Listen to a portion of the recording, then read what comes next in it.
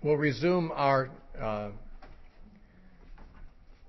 coverage of Jephthah's story. The most famous part of his story, of course, is that he made this vow, which ended up affecting his daughter. And we were talking at the end of the last session about how many feel that she was offered as a sacrifice, others do not. I do not. I think she was just committed to service of God for the rest of her life and never married. Now in chapter 12, the men of Ephraim gathered together, crossed over toward Zaphon, and said to Jephthah, "Why did you cross over to fight against the people of Ammon and did not call us to go with you? We will burn your house down on you with fire." These are great people, these Ephraimites. They did the same thing to Gideon, you remember? Mm-hmm. They're just guys who they get offended easy, I guess. You know, why didn't you invite us to have a role in this? We'd like to share some of that glory with you. That's what it really is. I mean, if they wanted to fight the Ammonites, they could have fought the Ammonites anytime they wanted to. You know, in the last several years that the Ammonites were bugging them. Why didn't they rise up and do it on their own if they were so eager? The point is, now that the battle's over, they wish they had a bit of the glory, and they feel like they've been ripped off by not being able to have a piece of that action. And now, Gideon, when they made the same complaint to him, he was able to ameliorate them and avoid conflict. Jephthah was not able to do so. This ended up being a war between the people of Gilead under Jephthah and the Ephraimites. But the Ephraimites really picked the fight. I mean, they said they're going to burn down Jephthah's house with him in it, as if he hadn't suffered enough. You know, he'd suffered rejection from his father's household all his life, and then he, fought and won the victory, and then he had to go through this heartbreak about his daughter, and now they're wanting to bug him, kill him, and burn his house down with him in it. And Jephthah said to them, "My people and I were in a great struggle with the people of Ammon. And when I called you, you did not deliver me out of their hands." Apparently, although it's not recorded, he must have sent a summons out to the other tribes nearby and offered, offered them to a place to help him in the war. They either were slow or ignored his summons. They could have been thinking, well, he might not win, so we don't know if we want to take sides with him and get the people of Ammon angry at us. And he's suggesting that they had the opportunity but didn't take it. Why they didn't take it, he doesn't necessarily bring up. He doesn't accuse them of cowardice or anything. He just says, you didn't come. Now Jephthah gathered together, in verse 3, "So when I saw that you would not deliver me, I took my life in my hands and crossed over against the people of Ammon, and Yahweh delivered them into my hand. Why then have you come up to me this day to fight against me?" Excuse me. Now Jephthah gathered together all the men of Gilead and fought against Ephraim. And the men of Gilead defeated Ephraim, because they said, "You Gileadites are fugitives of Ephraim among the Ephraimites and among the Manassites." Now, we're not sure what that's about, but apparently unrecorded previously, there was this insult that the Ephraimites used either on this occasion or maybe commonly. There may have been a common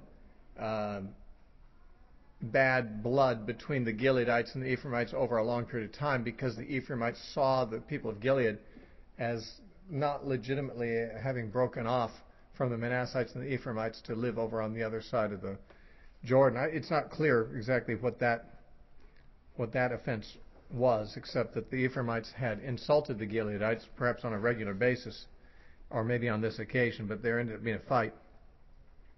And the Gileadites seized the fords of the Jordan. Now, the fords are where people cross over the river. I don't know what they had for that. I don't know if there were shallower areas or areas that were just not as far across the river. So if they crossed on boats or whatever, they wouldn't have to go as far. But the fords of a river are the places where armies would usually cross. And the Gileadites, which were under Jephthah, seized control of these crossing points of the Jordan before the Ephraimites arrived. And when any Ephraimite who escaped said, "Let me cross over," the men of Gilead would say to him, "Are you an Ephraimite?" Now, it would seem that the Ephraimites had crossed to the east side, where Jephthah was, to make this threat to burn his house and so forth. And in the war that followed, the Ephraimites saw that they were losing, and so many Ephraimites tried to flee back across the river, but the Gileadites had seized the crossing points, so that whoever wanted to cross had to get by them. Now, since these people are all Israelites, and they all looked pretty much alike, you couldn't tell which tribe someone was of by looking at them. So the Ephraimites, trying to get by the Gileadites at the river to go home, to get across to safety from them, would have to masquerade as not being Ephraimites. Now, of course, the very fact that they were trying to cross back to Ephraim might raise questions. What tribe are you of then? Why are you're running from this battle, and the Ephraimites are losing, so you might expect the Ephraimites to retreat and try to get back across the river. So, obviously, it would be almost in every case Ephraimites trying to cross over anyway. But the Gileadites who were guarding the fords would give the person who was in flight at least the opportunity to claim to be an Ephraimite or not. And so they'd say, "Are you an Ephraimite?" And if he said no, then they would say to him, "Say then, Shibboleth." Now, Shibboleth, the people of Ephraim apparently had a different pronunciation of words. There were regional dialects, just like there are in different parts of this country. There are certain words that people from New York or Boston can't say in the same way that Westerners would say them, or that Southerners say things differently. And so the people of Ephraim apparently were unable to pronounce the SH sound. Shibboleth means stream or something like that. And it's just a word that didn't really have any significance, except that they knew that Ephraimites could not pronounce it correctly. And so they said, "Then say Shibboleth." And he would say Sibboleth, for he could not pronounce it right. Then they would take him and kill him at the fords of the Jordan, and there fell at that time 42,000 Ephraimites. And that's a lot. So one at a time, apparently, as they were fleeing from the battle, they got picked off because none of them could say Shibboleth. In modern English, in modern literature, sometimes a certain thing will be called a shibboleth. You may not have encountered it. It's not all the time, but I encounter it from time to time.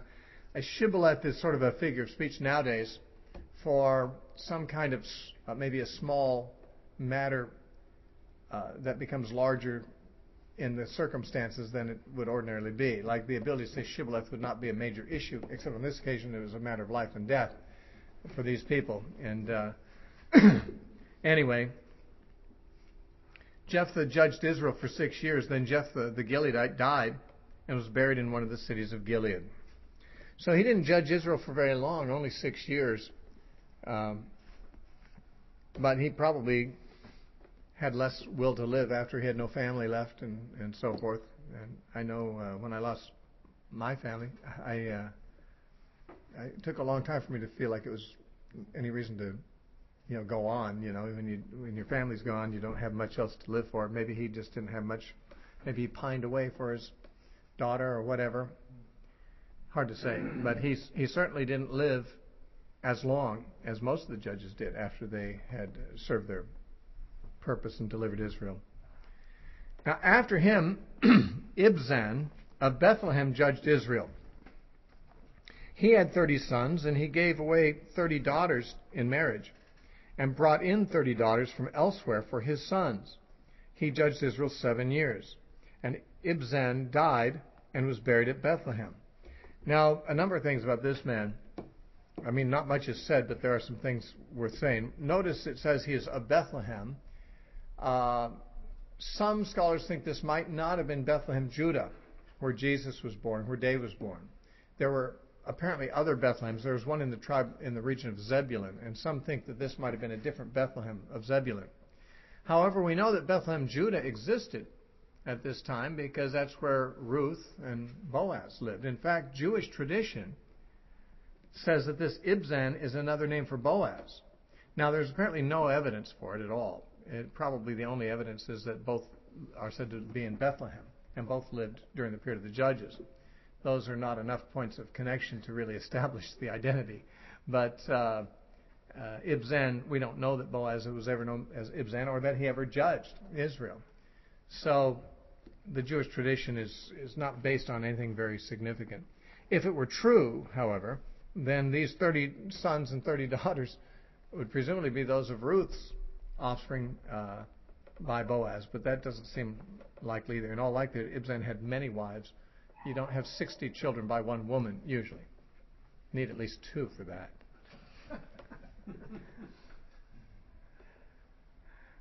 Or at least 3. Susanna Wesley had 20 children. They didn't all live. But this man raised 60 children to maturity, 30 sons and 30 daughters. And he brought in daughters from other tribes to marry his sons and sent his daughters out to marry other men of other tribes. Apparently he's building alliances between the different tribes through marriages. And we don't know much else about him. Okay? But if this is Bethlehem, Judah, then he did live in the same town that Ruth and Boaz lived in. But there is another Bethlehem, and scholars are not sure which one this was. After him, Elon, the Zebulunite, judged Israel, and he judged Israel 10 years. And Elon, the Zebulunite, died and was buried at Aijalon in the country of Zebulun. Now, with these guys, Ibzan and Elon, and the next one is Abdon, who's mentioned, we don't read of them delivering Israel from any armies or anything like that. So in what sense or by what means they rose to their position to be judges of Israel, we have no idea. And it's intriguing for those who would like to get sort of a clear picture about how things were going at those times, but we don't really have enough information to say what brought them to prominence. After him, Abdon, the son of Hillel, the Pirathonite, judged Israel. And he had 40 sons and 30 grandsons, who rode on 70 donkeys, and he judged Israel 8 years. Then the son of Abdon, the son of Hillel, the Pirathonite, died and was buried in Pirathon in the land of Ephraim, in the mountains of the Amalekites. Apparently the land that had once been inhabited by the Amalekites. Now, you know, when there's nothing more you can say about a man, about his 8 years of service, than that he had 40 sons and 30 grandsons and they rode on donkeys, that one bit of information apparently is mentioned because it's the most significant thing to say about him. And that means that there may be significance in it beyond what we would think if we read over it just casually. We remember it was said of an earlier judge, Jair, that he had 30 sons who rode on 30 donkeys. And I said this may have reflected a sort of a mentality that was developing in Israel at this time of having hereditary rulers. Not that Jair's sons became judges after him, but that during his judgeship they seemed to hold positions over 30 cities. And when we come to this man, Abdon, not only his sons but his grandsons rode on donkeys. So it may be that we're seeing more of an idea of men trying to extend their own authority beyond their time, more generations, like a hereditary king would. We know that Samuel appointed his sons to be judges after him.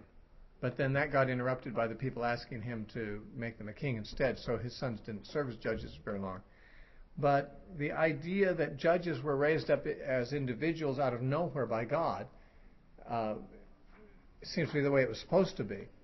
But we find in some cases these men are trying to set up a continuation of their authority in their sons, maybe in this case even in his grandsons.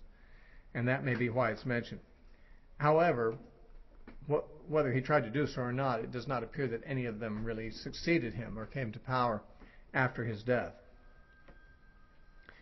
Okay, now chapter 13, we have the beginning of the story of Samson, and Samson goes for, 4 chapters. It's the longest, most detailed story of a judge that we get of his life. And yet he's, in some ways, the most unlikely of the judges. None of the judges were perfect men necessarily, but most of them seemed to be pious. Most of them seemed to take their responsibility seriously. Samson seemed like a guy who just wanted to party, you know. He was born to responsibility. As far as we know, he's the only one of the judges that was called to that before his birth. A little bit like John the Baptist, who before his birth, the significance of his ministry was already announced by an angel. So also here, before Samson was born, his birth and its significance was announced by an angel, and he was a Nazarite from his childhood on, so he grew up with the knowledge that he was to have this significant role. However, in adult life, he did not seem to ever take it very seriously. He violated his Nazarite vow on a regular basis. True, he did kill a lot of Philistines, but usually it was over personal grudges rather than a sense that he's the deliverer of Israel. It's more like he gets angry at them because of things they do to him. Sometimes it's even unreasonable of him. Sometimes he overreacts. Excuse me. And he compromises, on one occasion he spends the night with a prostitute in the Philistine country and gets involved romantically and in marriage even with Philistine women. The guy is simply not really the guy you'd think God would use as a judge. But he's a guy who God called, and he knew his calling, but he didn't live up to it well, and his life was shortened because of it. And he was a man who had remarkable power, as we know, although it was power from the Holy Spirit. More than the other judges, we read about the Spirit of God coming on Samson and giving him power to do his feats. On an earlier occasion, I mentioned that it's probably not accurate for us to picture Samson as we do, because we think of him as maybe one of like a Hercules type of character, who, like some of these Greek gods who are, mountains of men. They're giant, muscular people. And yet Samson is not anywhere described as being muscular or large or strong himself. But that when the Spirit of God came upon him, he did supernatural feats of strength. Just like the demons allowed a demon-possessed man who lived in the tombs in Jesus' day to break chains supernaturally. There's not a reason for us to think that man was particularly muscular. He might have been, but it had nothing to do with breaking chains. No matter how muscular a man is, he's not going to break chains. And no matter how muscular a man is, he's not going to be able to do things Samson did. So muscles had nothing to do with it. The power of the Holy Spirit had to do with it. So this man had really manifestations of the power of the Spirit in his life that were remarkable and apparently unique, although you do find guys like Shamgar killing 600 Philistines with an ox goad. It's not very much different than Samson killing 1,000 of them with a jawbone of an ass. But we aren't told that Shamgar lived a life where the Spirit was coming upon him regularly and he's doing these supernatural feats of strength. So he's an enigmatic character, and he has his counterpart, I think, in some of the charismatic preachers and such that have had at times the power to heal and to do things like that, but in some cases have not really been as godly, or at least not more godly than others, and sometimes they even have had scandalous lives. Samson did too, and some of these modern evangelists have been compared sometimes to modern day Samsons. I'm not thinking of Jimmy Swaggart. I'm not thinking of Jim Baker. These men didn't exhibit any power that I know of in their lives. I'm not thinking of them as really gifted. They may have been talented in some area. I'm not sure what, but I'm talking about more men who actually had ministries where there's healings and miracles being done through their lives. And yet, if you know the history of revivals, you know that some of these men were and some were not unusually godly. Some had,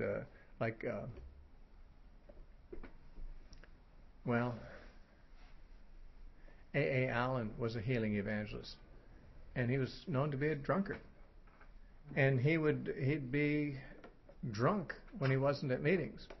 And he'd come in to preach, and he'd suddenly be sober and preach, heal people and so forth, and leave and get drunk again. I mean, it was like weird stuff. Some people might say, well, then he wasn't, it wasn't God that was working through him. It was a demon or something like that. Well, maybe. It's not really easy to know how to explain that. Samson was kind of the same way, and we're told it was the Spirit of God that used him. Sometimes God will use persons that are very unworthy, maybe just to show His grace. Samson is remembered as a man of faith in the New Testament. In Hebrews chapter 11, he's listed with those who were, through faith, subdued kingdoms and wrought, feats and so forth. And we are told that he judged Israel for 20 years. We don't have any record of him doing that, of course. The record we have of him is just going out and getting into fights and getting into trouble. But apparently between his scandalous troubles that he got into, there were 20 years there where he served as a judge of some kind in Israel. So his story is a little perplexing. And there does seem, the story is told almost as if the length of his hair really had something to do with his strength. Though the Bible nowhere says that's true. He says it's true. He's the one who told Delilah that if his hair was cut, that he'd lose his strength. The Bible nowhere says that it would be so, but when his hair was cut, he did lose his strength. Well, whether that's because he thought it would, and his faith was in his hair, I don't know. We do know that when his hair grew back, it is specifically mentioned that his hair was growing back while he was grinding at the mill, and that was just before he did his last feat of strength. A lot of things woven into this story are confusing. There's just it's not a one-dimensional character we're reading about here. We begin to hear about him in chapter 13. It says, "Again the children of Israel did evil in the sight of the Lord, and the Lord delivered them into the hand of the Philistines for 40 years. Now this time that they were in the hands of the Philistines for 40 years included the 20 years, apparently, that Samson judged, because he did not ever drive the Philistines out. The Philistines were still in power after Samson died. So his judgeship of Israel must have been 20 years contained within the 40 years of the Philistine oppression. And we know that the Philistine oppression didn't really end until the time of Samuel. And then the Philistines came and made trouble again in the time of David, and David finally dealt with them in a way that they were never a problem to Israel again. But Samuel pretty much was the one in his time, I think it was in chapter 5 of 1 Samuel, that under Samuel's leadership, God defeated the Philistines through thunder and lightning out of heaven. And that was, the Philistines came no more for a very long time into the land. That must have been the end of the 40 years of the oppression that's spoken of here. That would mean that Eli and Samuel also lived during this time of this Philistine oppression, because when Eli was the priest at Shiloh, there was a war where the priest's sons got killed in war against the Philistines. The Philistines captured the ark and so forth. So this 40 years of Philistine oppression included 20 years of Samson's judgeship and apparently Eli's time of ministry and the early days of Samuel. So these men must have somehow lived in some sense overlapping. We won't read about Eli and Samuel in this book. We'll read about them in 1 Samuel. But it would appear that some part of their lives overlapped that of Samson because this being 40 years of Philistine oppression. Now there was a certain man from Zorah of the family of the Danites, the tribe of Dan, whose name was Manoah, and his wife, whose name is never given, was barren and had no children. And the angel of Yahweh appeared to the woman and said to her, "Indeed, now you are barren and have borne no children, but you shall conceive and bear a son. Now therefore please be careful not to drink wine or similar drink, and not to eat any unclean thing. For behold, you shall conceive and bear a son, and no razor shall come upon his head, for the child shall be a Nazarite to God from the womb, and he shall begin to deliver Israel out of the hand of the Philistines." He did not ever completely deliver them out of the hand of Philistines, of course. because he died before that was accomplished. However, it is clear that he did begin to do so, and that was completed by Samuel. Now, the command that she should eat no unclean thing and drink no wine or similar drink means that she would have to be clean herself in order to be the conduit through whom this Nazarite son would be born. She essentially had to be like a Nazarite too. A Nazarite was not the same thing as a Nazarene. Jesus was a Nazarene, but he was not a Nazarite. John the Baptist was a Nazarite. But a Nazarene, which is what Jesus was, simply means a person from Nazareth. Nazareth is a town, and someone from Nazareth was a Nazarene. But a Nazarite was a person who took a special vow. And that vow is described in the book of Numbers, chapter 6. If a person took a Nazarite vow, it would be for a period of time, because it would have a beginning and an end in most cases. In a few cases, there were people who were Nazarites from birth. The cases we know of are ones where actually their parents had an agreement between them and God about this. This is one case that we know of. Samuel was another one. John the Baptist was another one. We know of all those three. In this case, the angel of the Lord said that Samson would be a Nazarite from birth.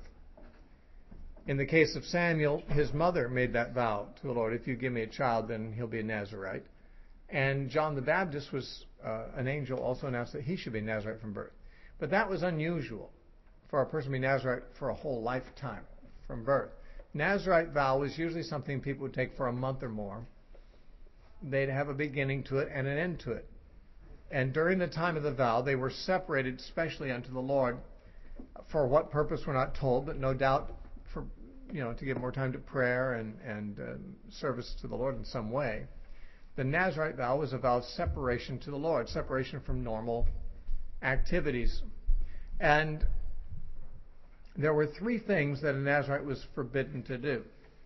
First, they could not cut any of their hair or beard. Secondly, they could not touch anything that was a product of a vine. This did not only apply to wine and fermented drink, it applied to anything from the vine. So a raisin or a grape would be forbidden too. And then the last thing was they were not allowed to come near a dead body. Now, under the law, any Jew would be defiled if they came near a dead body. And they'd be defiled for a week. But they would do it anyway because they had, relatives would die and things like that. You have to bury them, you have to carry the body and bury it and so forth. A person who attended to the burial of a dead person would be unclean for a week. It was a necessary thing to do at times. But a Nazarite was not allowed to do that. They couldn't participate in a funeral. They couldn't participate in any way coming into contact with a dead body.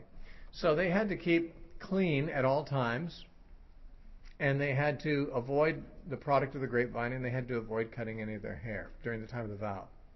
Paul took a vow of Nazarite in Acts chapter 18, in verse 18.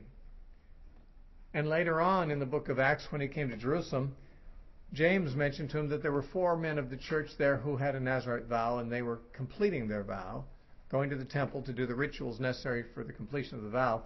And James asked Paul if Paul would go and pay the fees for them.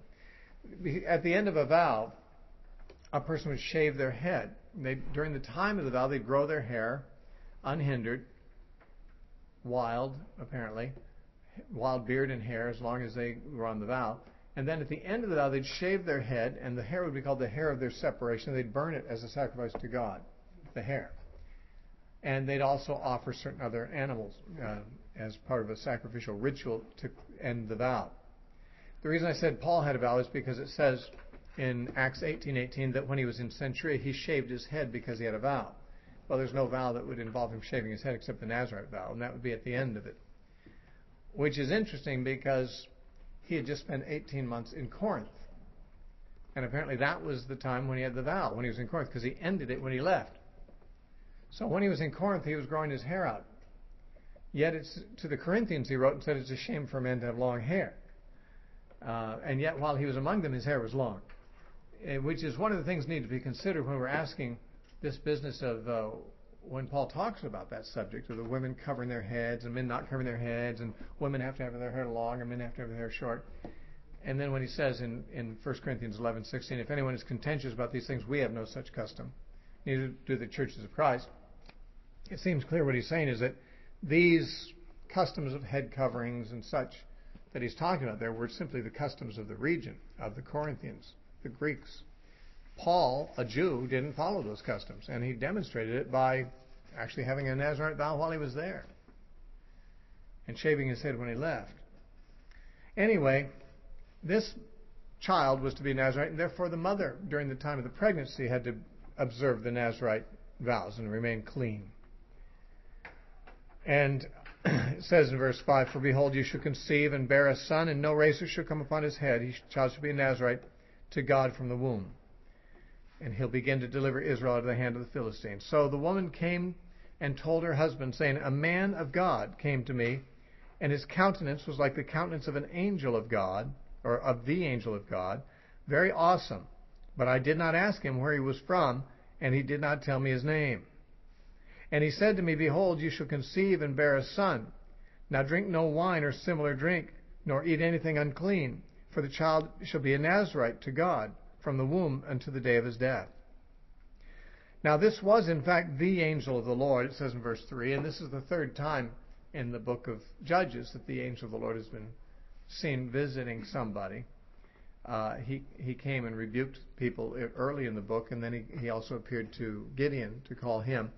And now he appears to Manoah's wife. And the angel of the Lord is generally believed to be Christ in a pre-incarnate appearance, a theophany, by theologians. And again, usually that's because he speaks as if he is God. It's not so much the case here that he speaks that way, but the angel of the Lord is an expression that is in contrast with an angel of the Lord. Many times the Bible talks about an angel or an angel of the Lord, but the angel of the Lord is more like a proper title for a particular messenger, which may be the pre-incarnate Christ. This is certainly the view of most evangelicals. Now, she told her husband about it. Verse 8, then Manoah prayed to the Lord and said, O my Lord, please let the man of God whom you sent come to us again and teach us what we shall do for the child who will be born. And God listened to the voice of Manoah, and the angel of God came to the woman again as she was sitting in the field. But Manoah, her husband, was not with her. Then the woman ran in haste and told her husband and said to him, look, the man has just now appeared to me, the one who came to me the other day. So Manoah arose and followed his wife, and when he came to the man, he said to him, are you the man who spoke to this woman? And he said, I am. And Manoah said, now let your words come to pass. What will be the boy's rule of life and his work? So the angel of the Lord said to Manoah, of all that I said to the woman, let her be careful. She may not eat anything that comes from the vine, nor may she drink wine or similar drink, nor eat anything unclean. All that I commanded her, let her observe. Now, it's interesting because the husband wanted more information. What is the vocation of the boy going to be? What's he supposed to do? And the angel doesn't answer that. He just repeats the information. He doesn't say what the boys do. He says what the mother's to do, which is what he already told her. And she had already told Manoah that. So it's like the angel is deliberately not going any further than to give the same information as before. The boy's going to be a Nazarite, he told the wife, but he doesn't mention it to Manoah. He assumes that he's heard that already from his wife. But what he repeats is just what he said before, and it's not what the boy will do. So it may be that maybe he's just saying you should listen to your wife. I don't have anything more to say to you than what I already told your wife. In any case, Manoah said to the angel of the Lord, please let us detain you, and we will prepare a young goat for you. Now, Manoah at this point did not know for sure that this was an angel, but it was treating him as one might treat a guest in their home. People always would, invite a guest to stay for dinner, and they'd go and prepare something. And so he says, why don't you wait here, and I'll prepare a goat for you. And the angel of the Lord said to Manoah, though you detain me, I will not eat your food. But if you offer a burnt offering, you must offer it to Yahweh. For Manoah did not know that he was the angel of the Lord. So it would appear that Manoah is offering to have him over for a meal. I'll fix a goat. And he says, well, you can fix a goat if you want to, but I'm not going to eat. You'll have to offer that as a sacrifice to the Lord. Then Manoah said to the angel of the Lord, what is your name? That when your words come to pass, we may honor you. Again, he apparently thought this man was a prophet or something, but he didn't know the man's name. And he says, well, if your prophecy comes true, then we want to commemorate you and give you proper recognition for who you are. And the angel of the Lord said to him, why do you ask my name, seeing it is wonderful? Now, you might remember that when Jacob wrestled all night with a man, at the end, when the day was dawning, Jacob asked him, what is your name? And the man said, why do you ask after my name? But he didn't finish out like this. He just said, why do you ask after my name? And here, and I do believe that man who wrestled with Jacob, I think, was no doubt the angel of the Lord, was the Lord himself. But it's in Genesis 32, verse 29, it says, then Jacob asked him, saying, tell me your name, I pray. And he said, why is it that you ask about my name? And he blessed him there. So he does not give his name. Now, one suggestion that this, in fact, is Jesus might be that this was not the time for the name of the Messiah to be revealed to anyone. And it was secret. Now, when he says, in this case, in Judges 13, why do you ask after my name? Seeing it is wonderful. It could mean that it is a wonder, it's a mystery, it's something you wouldn't understand. It's not clear when he says his name is wonderful. Of course, we think of his name is wonderful. In Isaiah 9:6, we can't help but see that similarity. In fact, it is the same word in a slightly different form in both places. In Isaiah 9:6, it says his name, the child who shall be born, and the son who is given, his name shall be called Wonderful, Counselor, the Mighty God, the Everlasting Father, the Prince of Peace, the Mighty God, and Everlasting Father, all that stuff. But his name is called Wonderful in Isaiah 9:6, and we know that's Jesus. But wonderful there might even mean mysterious, something that is not revealed at this present time. But it's the same word here, and in all likelihood it's the same person, talked about in both places. So Manoah took the young goat with the grain offering and offered it upon the rock to the Lord. And he did a wondrous thing while Manoah and his wife looked on. As the flame went up toward heaven from the altar, it happened that the angel of the Lord ascended in the flame of the altar. Then when Manoah and his wife saw this, they fell on their faces to the ground.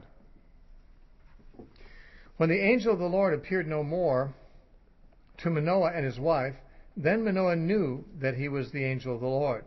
And Manoah said to his wife, we shall surely die because we've seen God. So even they understood that the angel of the Lord is a reference to God. And that's what Jacob said. He didn't say he would die, but when he wrestled with the man and said, what is your name? And the man said, why do you ask us for my name? Jacob named the place Peniel, which means face of God, because he says, I've seen God face to face, and my life is preserved. In other words, I didn't die. And so people tended to think that if they saw God, they would die. And this said, he knew it was the angel of the Lord and said, we've seen God. So equating the angel of the Lord with God was apparently their understanding. Then his wife said to him, if Yahweh had desired to kill us, he would not have accepted a burnt offering and a grain offering from our hands. Nor would he have shown us all these things, nor would he have told us such things as these at this time. She's the voice of reason in this family. I mean, he should have known that God, who had made these promises that they're going to have a child, is not going to kill them because they've seen him, especially since they didn't do any impiety in seeing him. That he appeared to them. They didn't go looking for him. So she says, I don't think God has in mind to kill us. If he accepted this offering from us, and he's made these promises, so I think you're wrong, honey. So the woman bore a son and called his name Samson. And the child grew, and Yahweh blessed him.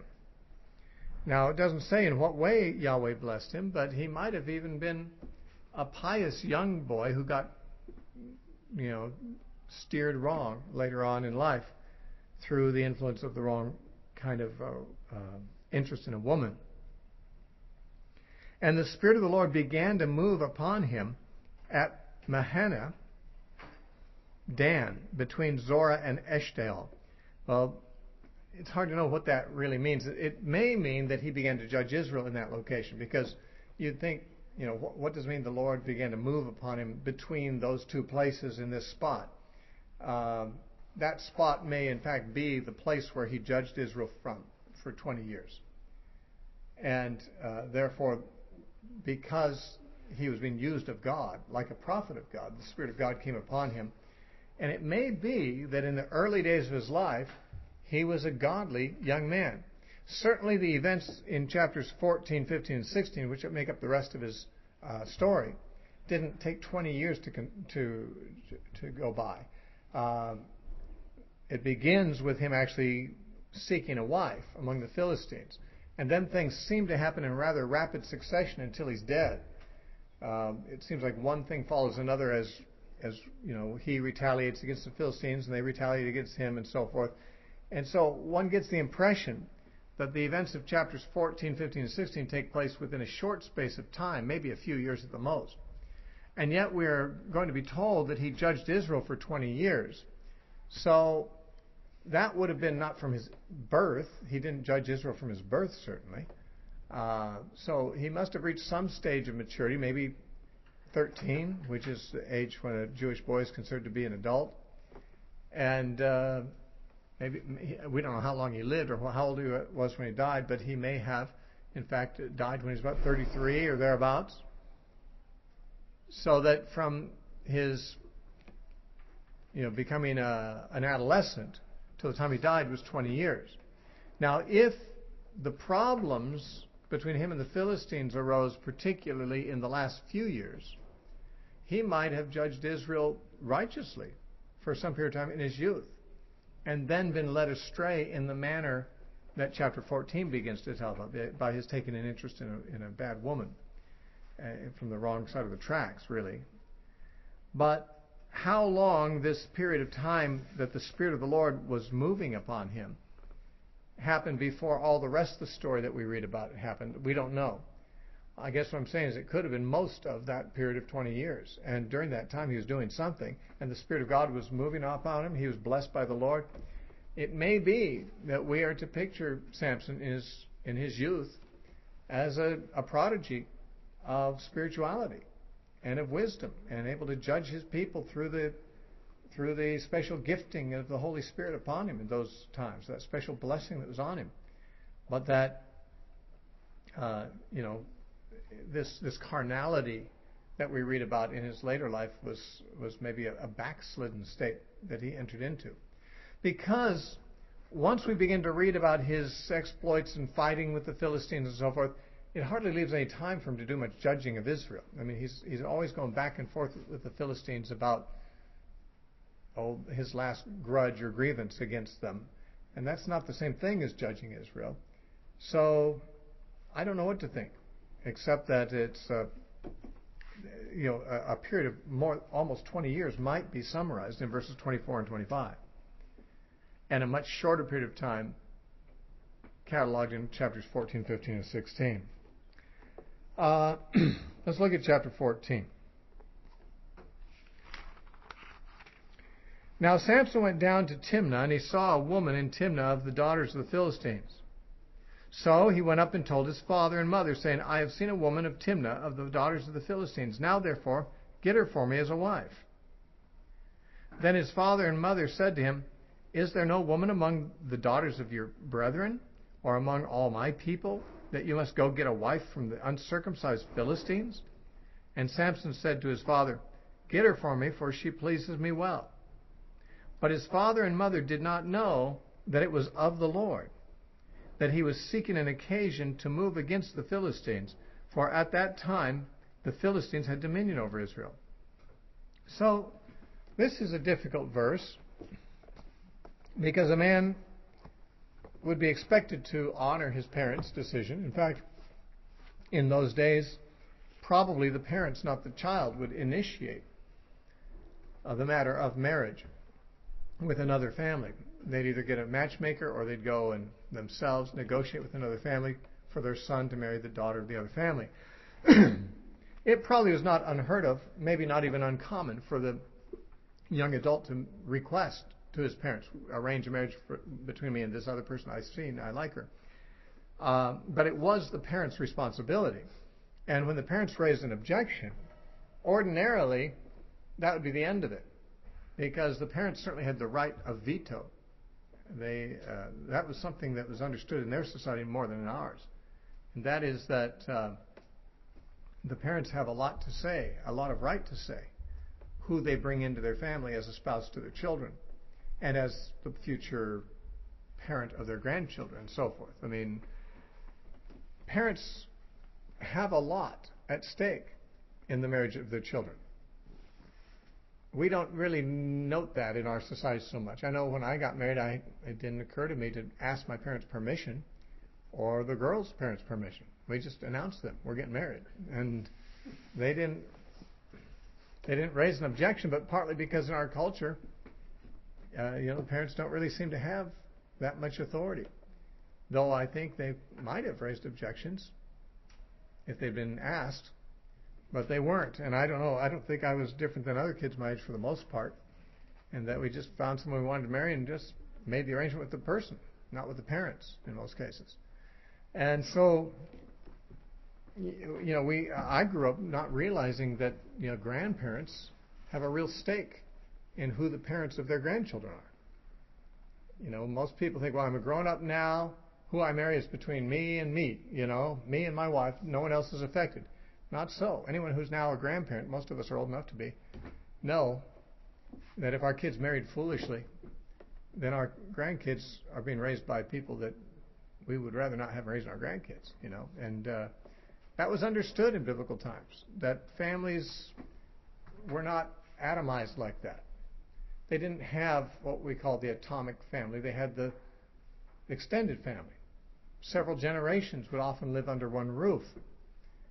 We don't have that going on these days, except when economic times are really hard. But it was considered that your living ancestors have a lot at stake in your children and your grandchildren. As long as your ancestors are alive, their hearts are wrapped up in what you do and what your family does. So parents were given the right, essentially, to choose or at least to nullify the plans of their children about who they would marry. But Samson was not going to take no for an answer. It's possible that his parents were somewhat kowtowed by him. They're somewhat intimidated by him. Not because he was strong, because we don't read that he was doing supernatural physical feats prior to this time, though he might have been. Those times when the Spirit of God began to move upon him during those earlier years, maybe he was doing supernatural feats of strength that are not recorded for us because they don't play into this essential story at the end as much.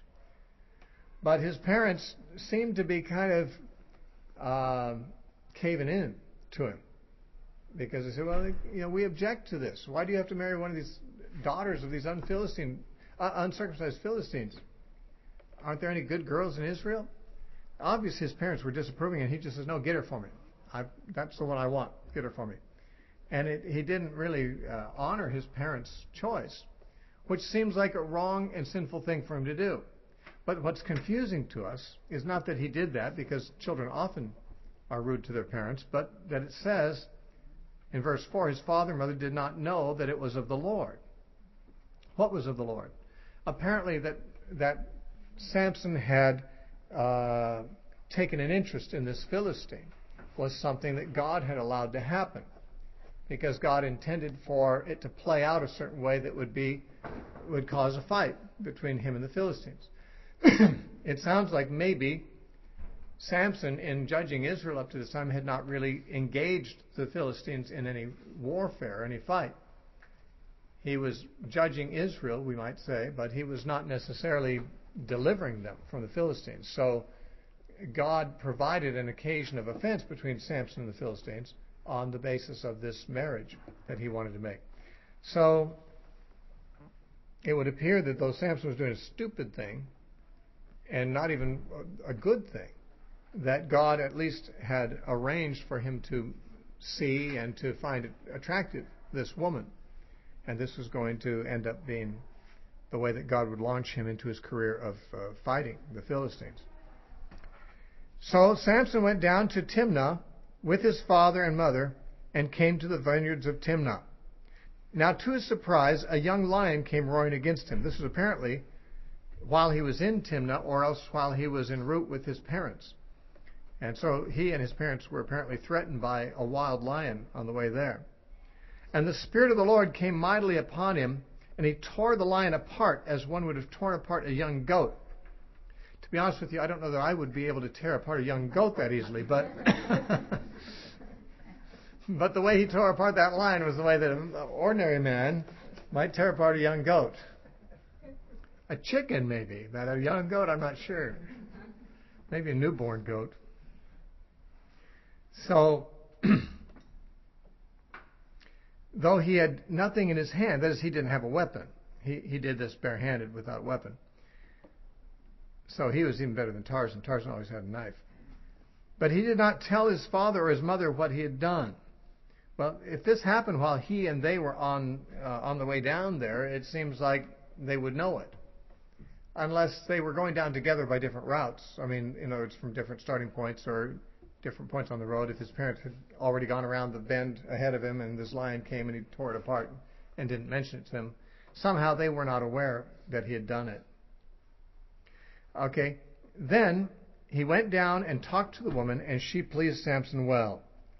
After some time, when he returned to get her, he turned aside to see the carcass of the lion, and behold, a swarm of bees and honey were in the carcass of the lion. He took some of it in his hands and went along, eating, probably a violation of his vows, because eating from the carcass of an animal, especially an unclean animal like a lion, would have been very much a no-no for someone trying to remain ceremonially clean. No issue is made of it here, but I mean, Samson just seems to take very lightly his vows in general, even eventually being willing to have his hair cut off in order to keep a woman happy. So he ate some of it, and he took some of it in his hands and went along eating.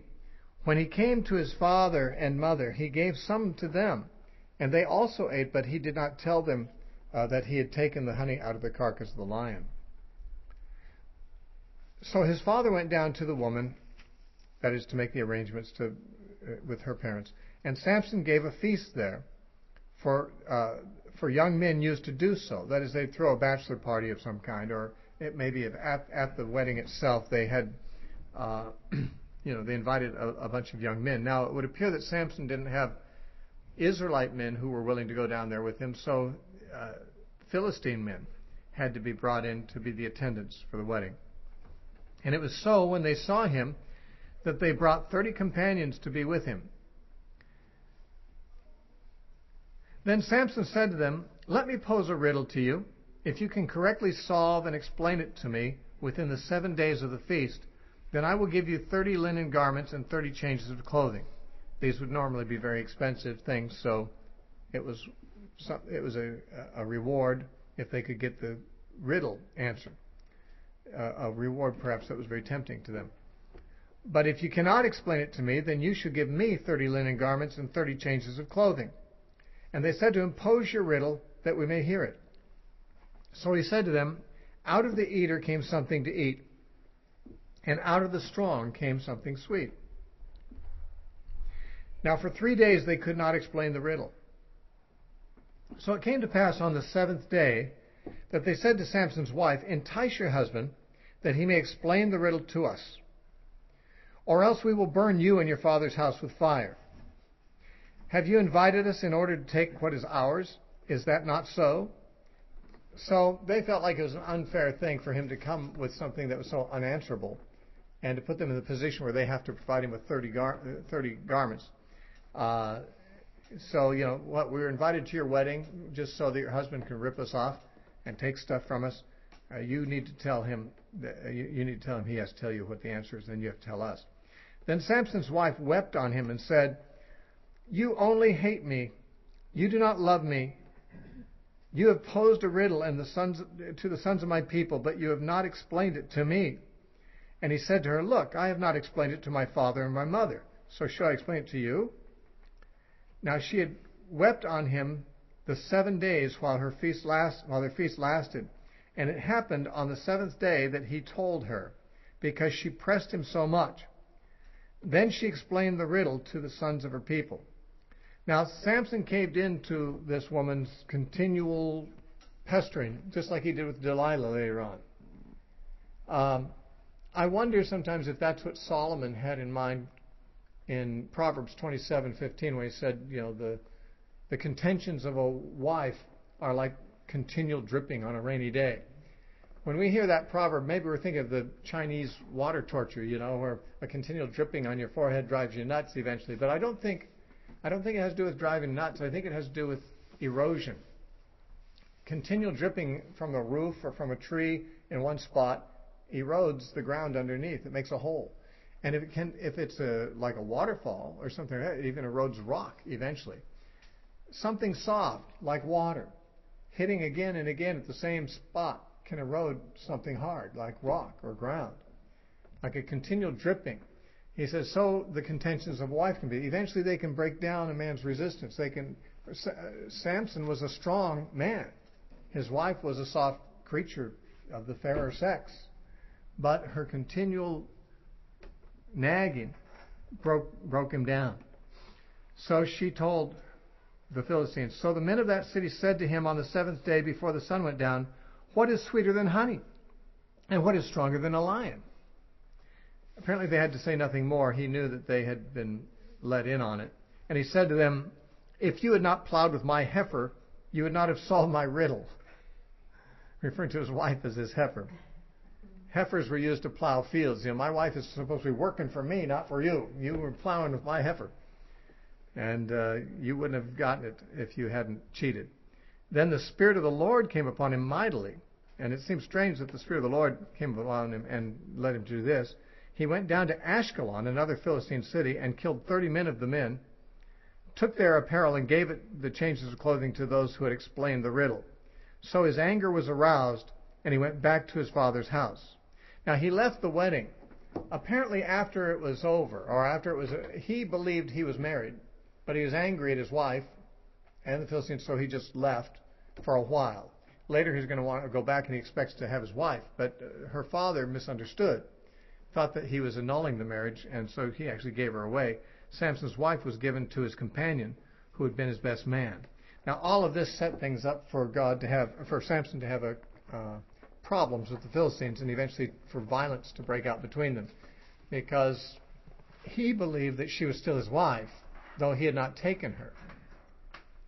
And the father misunderstood and gave her away to somebody else.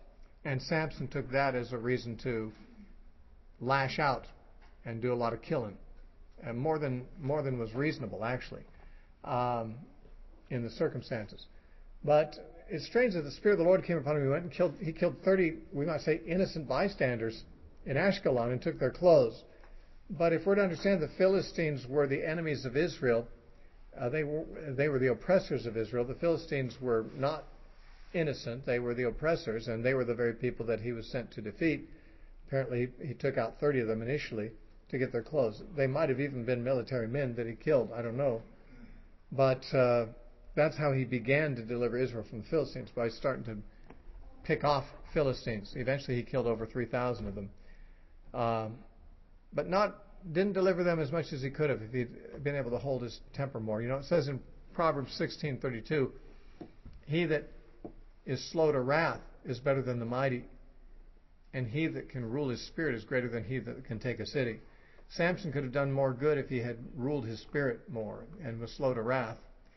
It's true, his anger did cause him to do some of the exploits against the Philistines, but he didn't rule his spirit enough, and he got himself into more trouble than he needed to, and ended his life earlier, and did not fully deliver Israel because of it. But we'll see the rest of his story next time. Right now we're going to have some noise happening in this building, so better end our recording.